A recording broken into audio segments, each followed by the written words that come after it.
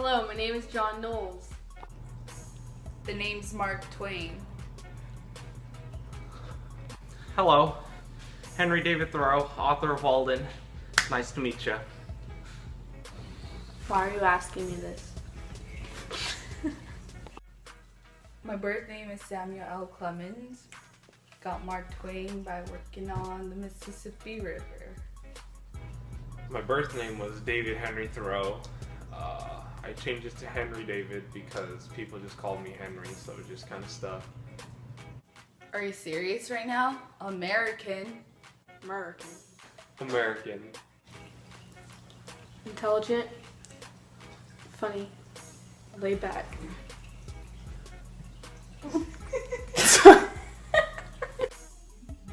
Curious, adventurous, and American. I'm a transcendentalist, an environmentalist, and an abolitionist. Social and academic challenges that I faced at Exeter. The beautiful Mississippi and my adventures growing up. I just need to look inside of myself, you know, and kind of think about what's in here, man.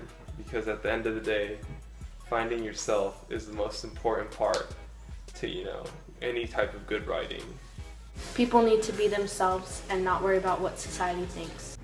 Slavery needs to be abolished. Congress needs to be reformed. And once those two things are done, America's going to be a better nation. We need to free the black man. We need to stop using plastic bags. And we need to stop building railroads on my pond, because nothing's more annoying than having a naked Irish guy coming to my door at 4 in the morning asking me for clothes. At the age of 74, I died of a heart attack. In 2001, I died of a slow illness at the age of 75. I got tuberculosis and died at the age of 44.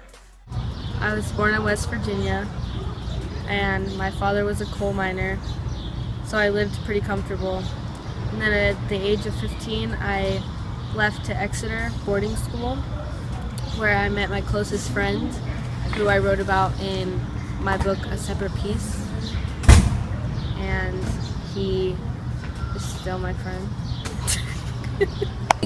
Growing up by the Mississippi River, my childhood adventures were later published in my novel, Adventures of Huckleberry Finn. John T. Lewis, my childhood friend, solidified my acceptance of black people in my life. Personal life. Personally, I'm from Concord, Massachusetts. My parents, they're pencil makers, so, you know, I was kind of poor growing up. I ended up becoming best friends with Ralph Waldo Emerson. Without Emerson, I don't think I'd be here today, because he took me under his wing, and he gave me that, brought me to that transcendentalist lifestyle. Emerson's my BFF. His wife is kind of hot. Yeah, I'm chilling.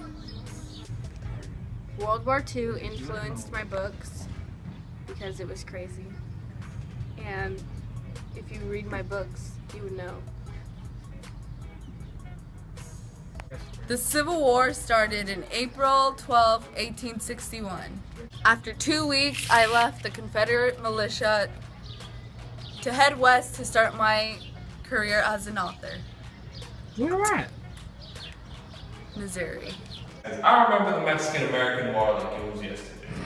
The Mexican-American War was the reason that I got sent to jail. I refused to pay a poll tax in Concord when I was living on Walden Pond. Well, not necessarily when I was, but at that time. And essentially what happened is I got sent to jail, and I wrote my one of my most memorable pieces, Civil Disobedience. That piece has been translated and written across many languages, and in fact inspired Gandhi and my nigga Martin Luther King. You know what I'm saying? My favorite book is A Separate Piece because it lists all the challenges that I faced while I was at Exeter, and it also introduces my lifetime friend Phineas, who I call Finny. And Hi, Henry David Thoreau again. My favorite book would have to be Walden, simply because of all the memories it brings back. Just living on that pond, killing beavers that eat my beans. It was just a great time in my life. The solitary environment I was living in really helped me to develop my ideas as a person and as an author, and I really found myself there at Walden, and if I could, I'd definitely go back. Adventures of Huckleberry Finn is a very special piece to me because I was able to share the beauty and character of the nation through Huck.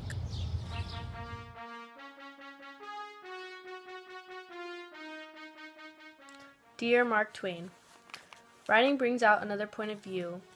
You can manipulate writing to an infinite extent. You taught me to always remember that writing is what makes you, you. Without writing, I do not know where I would be today. I envy you and the writer you became in your time. You are a true inspiration. I aspire to be such an influence to my readers just as you were. Not only did your books teach me to be courageous and independent, but adventurous as well. I just wanted to thank you for all your achievements and lessons that you taught to all of your readers. Well, I wrote a letter to Mark Twain. He's such an awesome guy, and you know what he's done for America is just, he's an inspiration. As an abolitionist, as an environmentalist, you know, philosopher, people like Mark Twain are definitely hard to come by. A lot of respect to Mark Twain, man. He's gone through a lot in his lifetime, you know. He's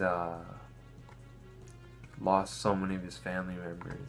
Undoubtedly, America would not have been the same without you, Mark Twain. And I just wanted to say thank you for